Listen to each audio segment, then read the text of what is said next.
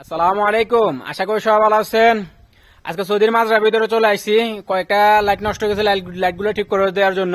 তো আসার পর দেখলাম যে চাচা একা একা কাজ করতেছে, খাজুর গাছের ভিতরে কাজ করতেছে।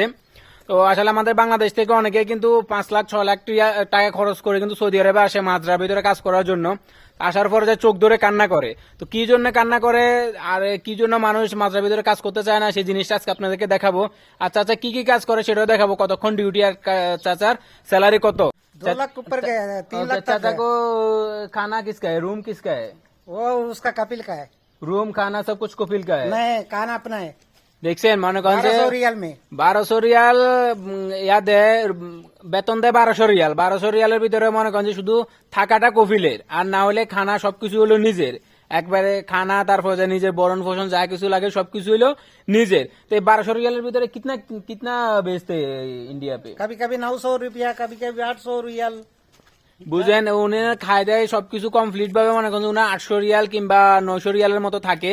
তো এত কম রিয়াল দিয়ে इतना कम में कैसे काम करते हैं आप? इधर कैसे रहते हैं? रहता है बोलेगा तो मजबूर है अभी। आज कितना साल हो गया है इधर आया? 1.5 साल हो रहा है अभी। 1.5 साल हो रहा है।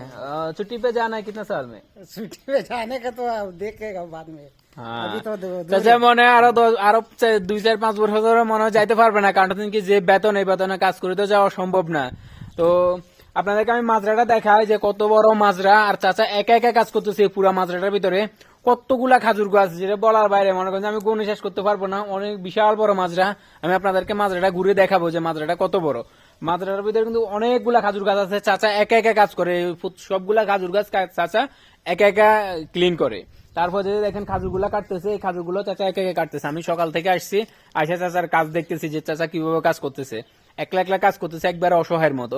তো আসলে এখানে মাজরার ভিতরে সব থেকে কষ্ট হলো যে এখানে আশেপাশে কোনো হসপিটাল নাই, কোনো বাকালা নাই, কোনো ধরনের কোনো, মনে করেন যে এক গ্লাস পানি যে খাবে এইরকম কোনো দোকানও নাই, দোকানপাট কোনো কিছু।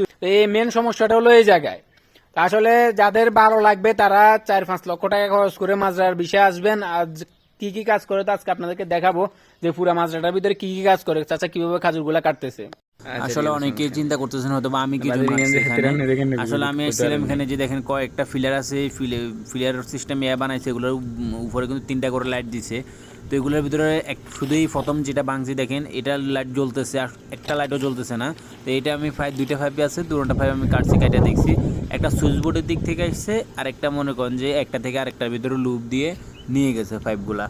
তো আসলে আমি আসছি এই ইয়াগুলো ঠিক করার জন্য, যে আসলে সমস্যাটা কোন জায়গায় হয়েছে ওই জিনিসটা দেখার জন্য আসছি, যে এই লাইটগুলো জ্বলতেছে না কি জন্য, এই লাইটগুলো ঠিক করে দেওয়ার জন্য আসছি।